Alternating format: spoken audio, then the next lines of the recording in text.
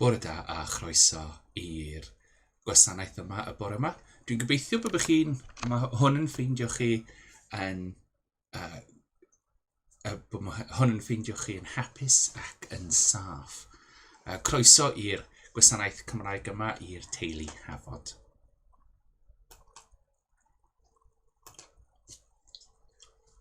Deithom ynghyd yn teulu Duw ym mhresenoldeb ein tad, i roddi foliant a diolch iddo, a i glywed a derbyn ei air, i gyflwyno iddo anghenion yr holl fyd ac i geisio ei ras.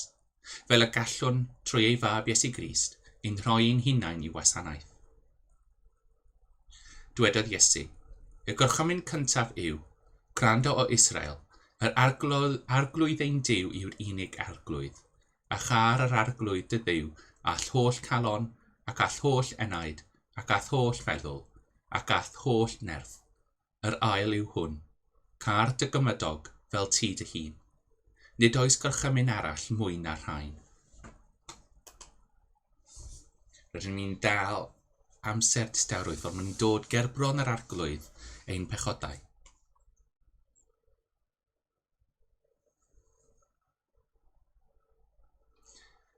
Cyffeswn ein pechodau wrth y tad, a cheisio ei faddeuant a'i dangnefedd. Holl alluog a thrigarog Dduw, yr ydym wedi pechu yn dy erbyn ar feddwl, gair a gweithred. Nid ydym wedi dy garu a'n holl calon, nac wedi caru eraill fel y mae Crist yn ein caru ni. Mae'n wir ddrwg gennym. Yn dy dygaredd maddau i ni, cynorthwyo ni i ddiwygio ein bywydau, fel y byddwn yn ymhrydu yn dy ewyllus, ac yn rhodio yn dy ffyrdd, gogoniant idd enw. Amen. Bydder i Dduw holl alluog sy'n maddau i bawb sy'n wyd erdiferiol a drigarhau wrthych a chryddhau o bechod, i'ch cardanhau mewn daioni a'ch cadw yn y bywyd tragwyddo, trwy Iesu Grist ein harglwydd. Amen. Arglwydd agor ein gwefusau, a'n gennau a fynegad dyfoliant, gogoniant i'r tad, ac i'r mab, ac i'r ysbryd glân, fel yr oedd yn y dechrau, y mae yn awr, ac y bydd yn wastad, yn oes oesoedd. Amen.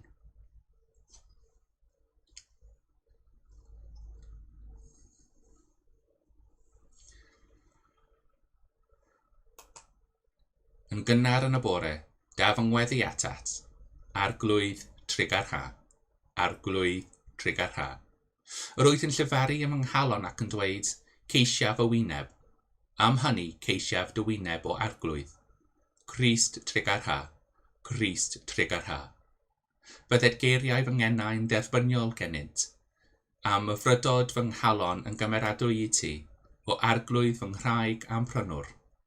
Arglwydd trigar ha, arglwydd trigar ha. Ni nawr yn dod i'r darlleniad o'r Beibl. Mae'r darlleniad cyntaf yn dod o'r Salmau, ac mae'n dod o Sam 118. Diolchwch i'r arglwydd, oherwydd da yw, ac y mae ei ffyddlondeb yn para byth. Dwedodd Israel yn awr, y mae ei ffyddlondeb yn para byth. Dwedodd ti Aron yn awr, y mae ei ffyddlondeb yn para byth. Dwedodd y rhai sy'n ofni'r arglwydd, y mae ei ffyddlondeb yn para byth.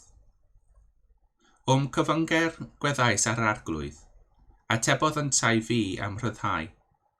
Y mae'r arglwydd ti, nid ofnaf, beth a wnaed dyn i mi.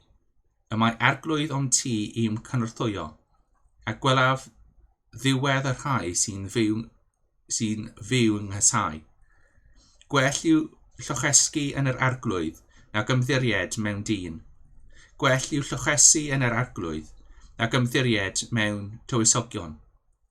Daeth yr holl cenhedloedd i'w hamgylch, yn enw'r arglwydd fe'i gyraf ymhaith. Daethant i'w hamgylch ar pob tŷ, yn enw'r arglwydd fe gyraf ymhaith. Daethant i'w hamgylch fel gwenynyn, a llosgi fel tân mewn draen, yn enw'r arglwydd fe'i gyrraedd ymhaith. Gwythiodd fi'n galed nes fy mod ar syrthio, ond cynorthwyodd yr arglwydd fi. Yr arglwydd I fy nerth am can, a daeth yn waredigaeth I mi. Clywch gan waredigaeth ym habell y rhain cyfiawn. Y mae ddeuhaw lawr arglwydd yn gweithredu'n drymus. Y mae ddeuhaw lawr arglwydd wedi ei chodi. Y mae ddeuhaw lawr arglwydd yn gweithredu'n drymus. Nid marw ond byw fyddaf, ac adroedd am weithredodd yr arglwydd.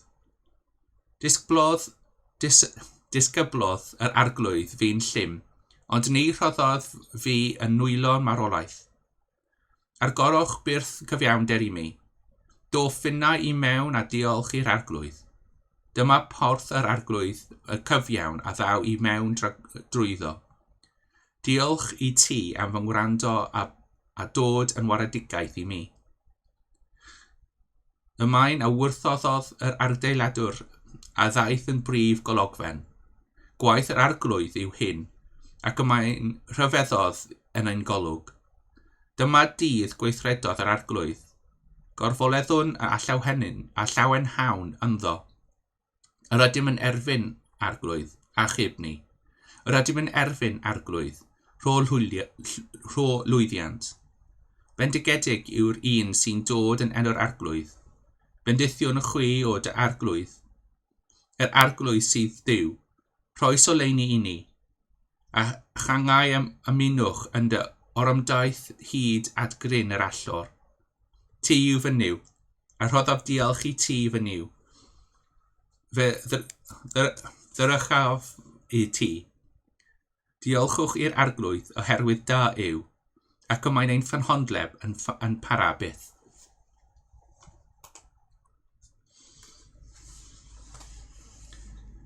Mae'r ail darlleniad yn dod o'r llyfr Exodus, dechrau am pennod 34.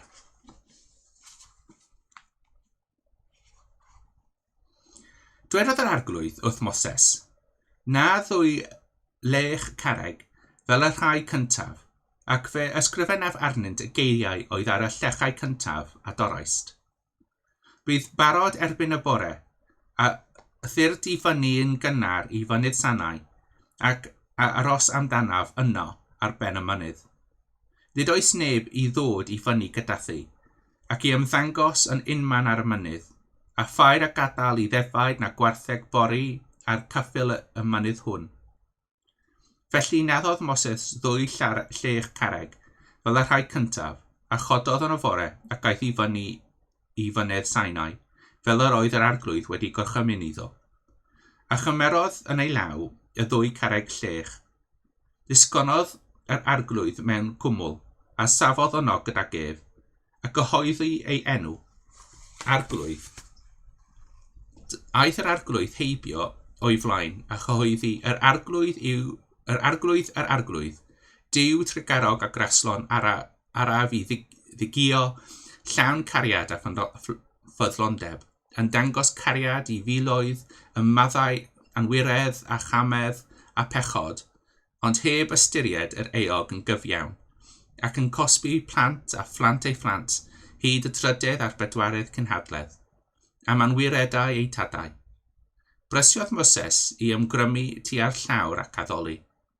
Yna dwedodd, os cefas yn awr ffafr yn dy olwg o arglwydd, bwyd I ti fynd gyda ni, bod y bobl yn wargaled, maddau ein hanwiredd a'n pechodau, a chymer ni yn etifeddiad I ti.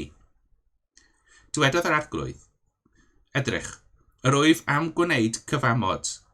Yngwydd dy holl pobl, gwnaf rhyfeddodau naw wneud ei tebyg ymhlith unrhyw cenhedl ac ar y holl ddeiar. Yna, bydd yr holl pobl yr wyt yn ei misg yn gweld gwaith yr arglwydd, oherwydd wyf am wneud peth ofnadwy a thi.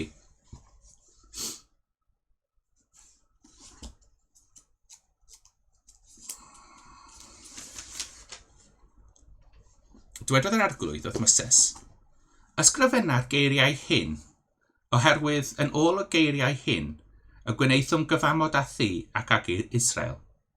Bu Moses yna gyda'r arglwydd am 20 diwrnod a 20 nos, heb fwyta bara na gyfed dŵr, ac ysgrifennodd ar y llechau eiriau'r gyfamod, sef y 10 gorchymyn. Pan daeth Moses i lawr o fynydd Sinai gyda 2 lech y dystiolaeth yn ei law, ni wyddai fod croen ei wyneb yn disgleirio ar ôl iddo siarad â Duw. Pan welodd Aran a holl pobl Israel fod croen wyneb Moses yn disgleirio, yr oedd arnynt ofen dod yn agos ato. Ond galwedd Moses arnynt, a throdd arnon a'r holl arweinwyr y cynlluniad Israel ato, a siaradodd Moses â hwy. Yna daeth holl bobl Israel ato, a gyrchmynnodd iddynt yr holl bethau yr oedd yr arglwydd wedi ei dweud wrtho ar fynydd Sinai. Pan orffennodd Moses siarad â hwy, a rhoddodd orchydd ar ei wyneb. Ond pan fyddai'n mynd o flaen yr arglwydd i siarad ag ef, byddai'n tynnu'r gorchydd nes iddo dod allan. Ac wedi dod allan, byddai'n dweud wrth pobl yr Israel y hyn yr ychmynnoedd iddo. A phan welant hwy fod croen ei wyneb yn disgleirio, byddai Moses yn rhoi gorchydd yn ôl ar ei wyneb, nes y byddai'n mynd mewn eto i siarad â Duw.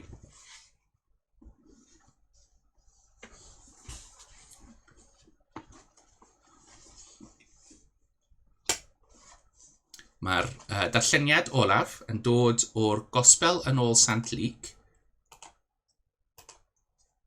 yn dechrau am pennod 4. Dychwelodd Iesu yn llawn o'r ysbryd glân, o'r Iorddenon, ac arweiniodd ef gan yr ysbryd yn yr anialwch am 20 niwrnod, a'r diafol yn deintio. Ni fwytaodd dim yn yr ystod dyddiau hynny, ac ar ei diwedd daeth arno eisiau bywyd. Meddai'r diafol wrtho, os mab Duw wyt ti, dweud wrth y carreg hon am dorri'n fara. Atebodd Iesu ef, y mae'n ysgrifenedig, nid ar fara yn unig y bydd dyn yn fyw. Yna aeth y diafol ag ef i fyny a ddangos iddo am ransiaid holl deyrnysoedd y byd, a dwedodd wrtho, I ti, y rhof yr holl awdurdodau ar y rhain ei gogoniant hwy, oherwydd i mi yma wedi ei draddodi, ac yr wyf yn ei roi i bwy bynnag gyfynaf. Felly, os addoli di fi, dy eiddo di fydd yr cyfan. Atebodd Iesu ef, y mae'n ysgrifenedig, yr arglwydd dy Dduw a addoli, ac ef yn unig a wasanaethu. Ond aeth y diafol ag ef i Jerusalem, a'i osod ar dŵr uchaf o'r deml, a dweud wrtho, os mab Duw wyt ti, bwrw dy hun i lawr oddi yma, oherwydd mae'n ysgrifenedig. Rhydd o'r chymyn i'w angylion amdanynt, i ddwarchod di rhag pob perygl, a hefyd, byddent yn dy godi ar ei dwylo rhag i ti daro dy droed yn erbyn carreg. Yna atebodd Iesu ef, y mae'n ysgrifenedig mae'r ysgrythyr yn dweud, paid a gosod arglwydd dy Duw ar ei brawf. Ac ar ôl iddo i demtio'n pob modd yma, a dawodd y diafol ef gan aros ei gyfle. Dyma air yr arglwydd. Diolch a fo i Dduw. Sut bynnag yma ni dewch ni ddod i gweddio. Arglwydd, cymerwch fy ngeiriau a rhod ysbryd ynddynt. Cymerwch ein meddyliau a rhod ysbryd ynddynt. Cymerwch ein colonnau a rhod y cariad ynddynt. Amen. Y bore yma, mae ni wedi cael lot o sôn o pobl yn cwrdd a pobl, cymeradau sydd tu ond, tu hwnt i'r pobl mynd i arfer yn cwrdd. Mae wedi cael sôn am y diafol, a mae wedi gweld bod mae Moses yn mynd o'r flaen Dduw ac yn gallu sefyll yna o'i flaen. Mae'r cwrdd â pobl fel hyn, yn wedig pryd mae Moses yn cwrdd â Duw, yn gwneud gwahaniaeth mawr iddo. Mae'r gwahaniaeth i Moses ei weld ar ei wyneb. Mae ei wyneb i fod yn disgleirio am fod wedi bod yn siarad â Duw. Pryd mae ni'n sôn yn yr Testament Newydd am yr diafol yn dod i teintio Iesu, mae ni'n gallu gweld bod mae newid hefyd yn digwydd ar Iesu. Bod mae Iesu ar diwedd y teintiau yna. Mae wedi bod, ni ddim yn gwybod yn union beth sydd yn digwydd cyn yr adeg yma, ond ar ôl bod mae wedi cael ei teintio gyda'r diafol, mae Iesu yn siŵr bron yn union beth mae fe fod ei wneud. Mae fe'n cael path o'i flaen a mae fe'n gallu cerdded yn syth ar hwnna. Mae Moses hefyd yn nabod yn union beth mae fi fod i wneud. Mae fe'n gallu siarad yn union gydaw a gallu cael atebion mwyn mynd â hwn yn ôl i'r pobl Israel. Yn y ddau achos, mae'r pobl enfawr yma yn cael ei newid. Maen nhw'n cael ei newid i'r gorau. Yr unig ffordd bod ni yn gallu gwybod os mae hwn yn wir yw i trio hwn ein hunain. I weld beth sydd yn digwydd os mae ni'n ddod ger bron yr arglwydd ac i weld os mae ni hefyd yn cael ei newid. Wrth gwrs, am y rhan fwyaf ohono ni, mae'r dod ger bron yr arglwydd yn ddim yn ei fod yn rhywbeth enfawr. Mae ni ddim yn mynd i gweld cwmwl mawr neu tŵr o dan neu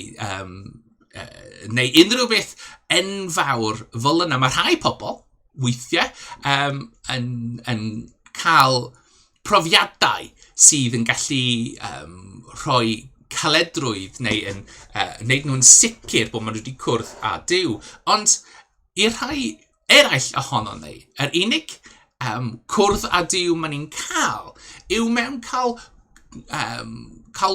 cwrdd â Duw yn pobl neu cael Duw yn cwrdd â chi mewn rhywbeth o enw, rhywbeth dwi'n galw'n God incidents. Maen nhw bach fel coincidences, ond mae hwrai'n digwydd yn union pryd mae chi angen unrhyw ddigwydd. Mae pobl yn rhoi geiriau da i chi pryd mae chi'n teimlo'n isel.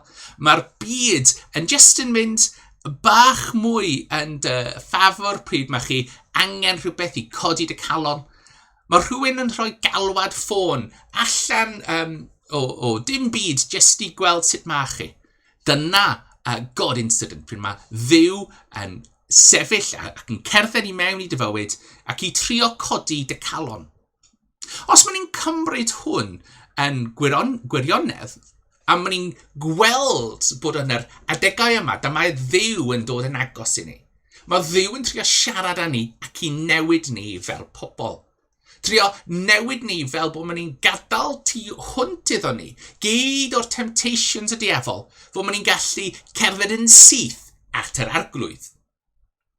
Os maen ni'n llwyddo wneud hwn, yna mae fe mynd i newid ni fel pobl. Pryd maen ni'n cwrdd â Duw, dylswn ni ddim gadael hwnna yr un person a wnaethon ni fynd i fewn. Mae fe'n digwydd pryd bynnag maen ni'n cwrdd â person newydd sydd yn dod yn rhan o'n bywydau ni. Maen ni byth yn aros yr un person. Maen ni'n nabod rhywbeth newydd wrth gwrs â person newydd. Maen ni'n cael profiadau newydd bys ni ddim wedi cael heb cwrdd â'r person newydd yma. A mae'r profiadau yna, mae fe'n nabod y person yma, mae'r wybodaeth newydd yma yn newid ni. Efallai os maen nhw'n just y person arferol, mae fe ond yn newid ni yn dipyn bach. Ond mae yna newid. Pryd maen ni'n cwrdd â Duw, felly, dylsyn na fod newid sydd yn newid go iawn ynddo ni. Wrth gwrs, maen ni ddim yn mynd i cwrdd â Duw fel mae Moses yn cwrdd â Duw. Maen ni ddim yn mynd i cwrdd â Duw mewn ffyrdd enfawr. Felly mae'r proses o newid yn ddim yn mynd i fod mor gyflym ac yn syth ag oedd gyda Moses. Mae'n mynd i fod yn proses araf. Proses lle maen ni'n cwrdd â Dduw, maen ni'n cwrdd â Dduw, maen ni'n cwrdd â Dduw, ac yn hwn, maen ni'n mynd i nabod Duw yn well, maen ni'n mynd i gallu rhoi pethau yn fwy i Duw, ac yna, trwy'r profiadau yma, mae ni hefyd yn mynd i newid. A ddylsyn ni fod yn iawn gyda'r newid yma. Achos mae'r hen person yna mwy na thebyg os mae Duw yn trio newid ni, yn ddim yn person bod mae eisiau fod. Mae Dduw eisiau ni newid i cael bywyd llawn. A mae'r bywyd llawn yma yn dal efo cariad Duw ynddo. Ac mwyn cael bywyd llawn yma, bydd rhaid i ni newid. Gadael tu hwnt iddo ni, popeth mae ni ddim angen. Popeth yn ein bywydau ni sydd wedi bod yn ancor ac yn dal ni yn ôl ac yn dal ni i edrych ar pethau'r croen heb codi ein llygydau lan tuag at Duw. Felly pryd mae ni wedyn yn dechrau dod ger bron yr arglwydd, pryd mae ni'n cael profiad fel Moses, os mae fe'n digwydd dros y ffôn, os mae fe'n digwydd mewn llythyr, neu os mae fe jyst yn digwydd tra mae ni'n gweddio. Dylswn ni fod yn barod i newid. A mae hwnna yn galed. Mae fe'n bod yn barod i newid yn mwy na thebyg, dwi'n meddwl, yr rhan galataf o ddod yn Gristion. Achos mae newid yn galed. Mae ni wedi bod yn y person hen yma am, y rhan fwyaf, neu gydol ein fywydau ni. A mae ni'n cyfforddus yn bod yn person yna. Mae ni'n cyfforddus heb meddwl gormod am beth dylsyn ni'n neud, meddwl gormod am pobl arall, yn meddwl gormod am newid ein colonnau, bod llenwi rhain gyda cariad am pawb, gan gynnwys y pobl mae ni ddim yn licio. Mae'r newid yma yn galed. Ond mae Dduw yn dweud wrtho ni bod mae'r newid yma yn werth ei wneud. Wrth dilyn y newid yma, mae ni yn newid o person sydd yn tu hwnt i Dduw, i fod yn person sydd yn sefyll ger bron Duw. Ac yn yr newid yma, yn dechrau i lawr y llwybr yna, i sefyll tu hwnt i'r arglwydd, wrth cerdded lawr y llwybr yna i sefyll tu hwnt i'r arglwydd, mae yna hefyd profiad arall mae'n ni'n mynd i cael.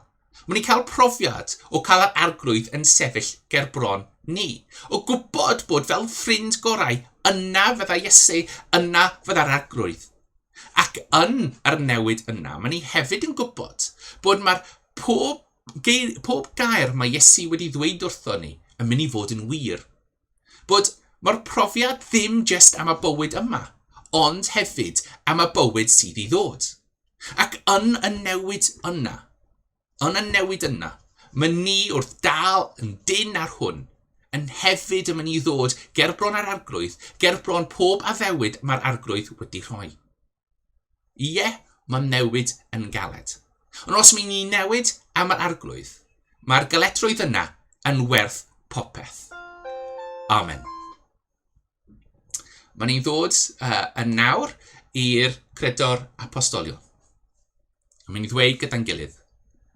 Credaf yn niw, dad holl gyfoethog, creadwr nefoedd a deiar, credaf yn Iesu Grist unig fab Duw ein harglwydd, gynhedlwydd o'r ysbryd glân a enaid o fair forwyn, a ddioddef gan Pontius Pilate, a groeshwyliwyd a fi farw ac y gladdwyd, a disgynnodd i blith y meirw.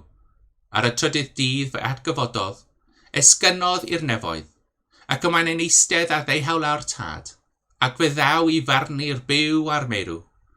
Credaf yn yr ysbryd glân, yr eglwys lan gatholig, cymen y saint, fyddeiant pechodau, atgyfodiad y corff, a bywyd tragwyddol. Amen.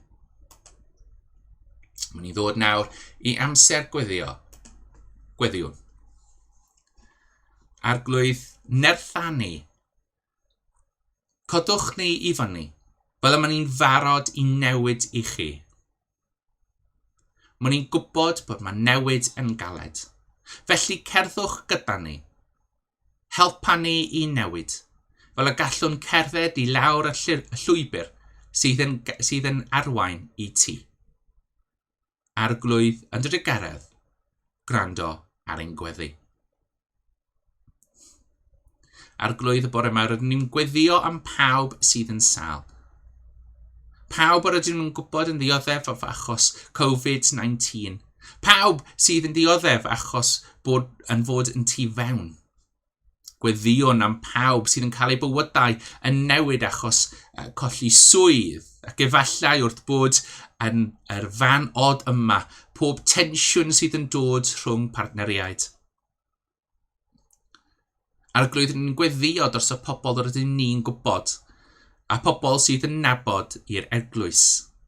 Gweddion am Rob, am Stephen, am Logan, am Auntie Nora ac am Eluned. Yn amser distawroedd ydym ni ddod gerbron yr arglwydd y pobl yr ydym ni'n gwybod.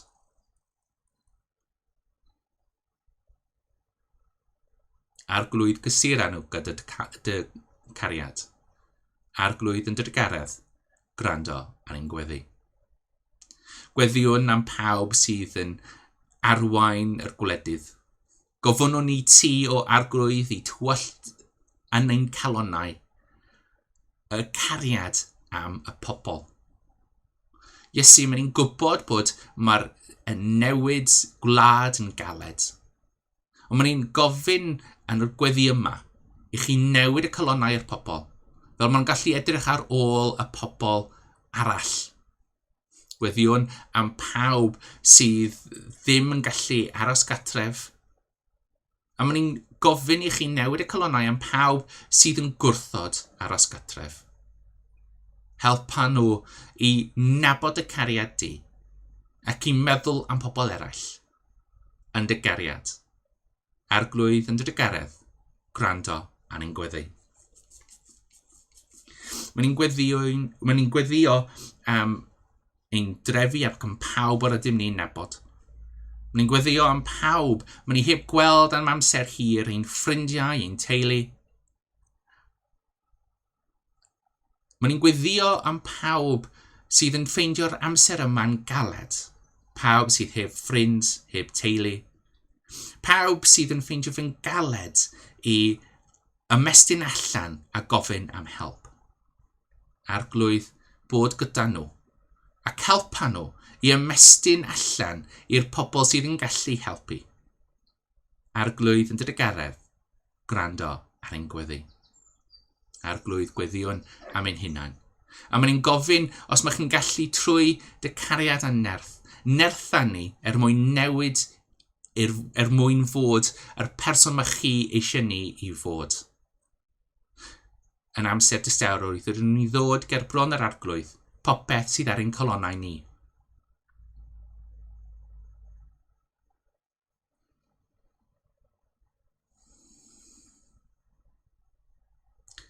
Arglwydd yn dy garedd, gwrando ar ein gweddi. Arglwydd gweddion am pawb sydd wedi gadael y fyd hwn yn dy gariad ti. Mae'n ni'n gweddio hefyd am pawb sydd wedi colli ei fywyd oherwydd Covid-19. Yn amser distawroedd, mae'n ni'n dod gerbron yr arglwydd, pawb sydd ar ein colonnau ni.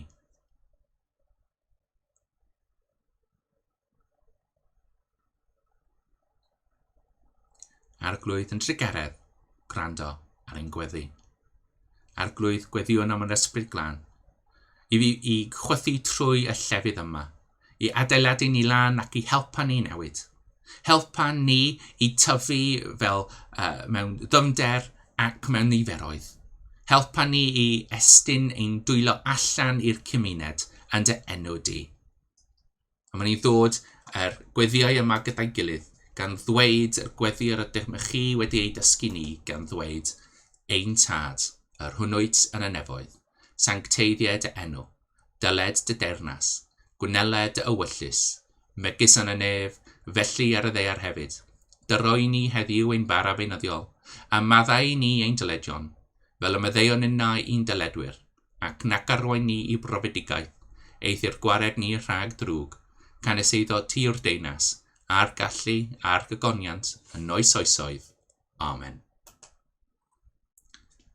Dragwyddol Dduw, ffynhonell pob dehadedd sanctaidd, pob cyngor da a phob gweithred gyfiawn, dyro i'th wasanaethyddion y tangnefedd hwnnw na all y byd ei roddi.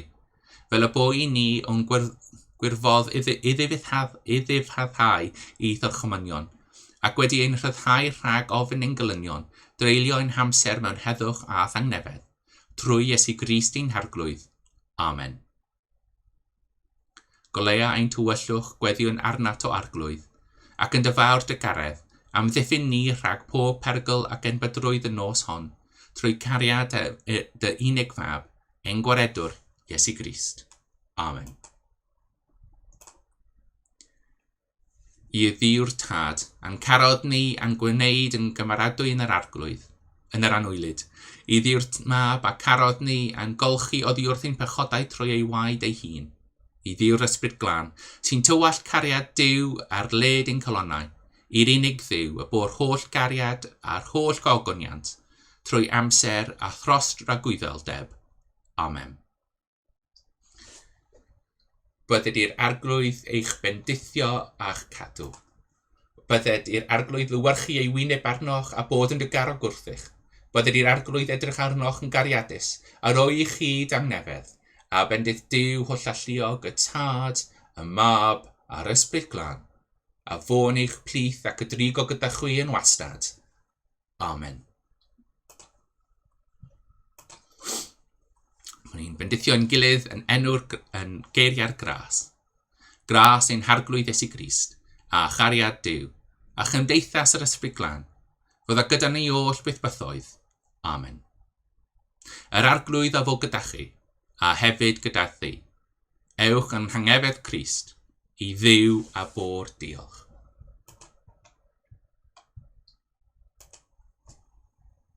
Wel, diolch am ymuno gyda ni y bore yma. Dwi'n gobeithio bod chi wedi mwynhau'r gwasanaeth yma a bod chi wedi mwynhau bod efo'r pawb o'r teulu Hafod sydd yn hefyd yn gwylio yr un fideo yma. Wrth gwrs, os mae chi eisiau cysylltu gyda ni, mae'n eich gallu cysylltu gyda ni gyda'r manylion sydd ar gwaelod y fideo yma. Os mae chi yn gwylio'r fideo yma yn aml, bych chi'n gweld bod yna link newydd sydd yn HF-Gift Direct. Mae'r eglwys yn bodoli achos mae pobl yn rhoi arian i edrych ar ein hôl a helpa ni i tyfu.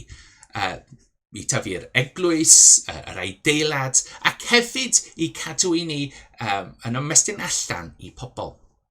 Os mae chi'n gallu, mae ni'n gofyn am bach o arian y mis. Os mae chi'n gallu clicio'r link yna, ac efallai meddwl am rhoi tua 5 punt y mis, neu os fwy os mae ganddo chi, mwyn helpu ni a cario ymlaen i wneud y fideos yma, i cario ymlaen i wneud y gwaith pwysig yma ni'n wneud ledled Cymru. Felly, os mae chi'n gallu, clicio'r link yna. Paid poeni os nad wyt ti yn gallu, os nad ydych chi yn gallu rhoi gift aid, mae'r system yma yn ffordd haws i ni casglu arian pob mis ac yn neud yn siŵr bod mae'r gyd o'r rheolau mae rhaid i ni ddilyn yn cael ei ddilyn. Mae'r link yna yn mynd â chi yn syth i'r eglwys yng Nghymru, lle maen nhw'n cerdded chi trwy'r proses o setio lan arian i dod i ni pob mis. Paid poeni os nad oes yr arian gyda chi.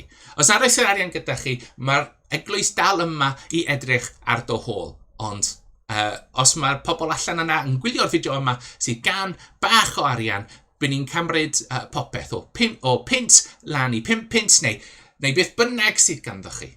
Diolch am gwylio'r fideo yma, a mae'n gobeithio byddai'n gweld chi eto di Sul am 10 o'r gloch, neu yn yr wythnos nesaf am yr un amser ac yr un lle. Diolch am gwylio'r fideo yma, aros i fewn, aros yn saff, ac ewch gyda Duw. Amen.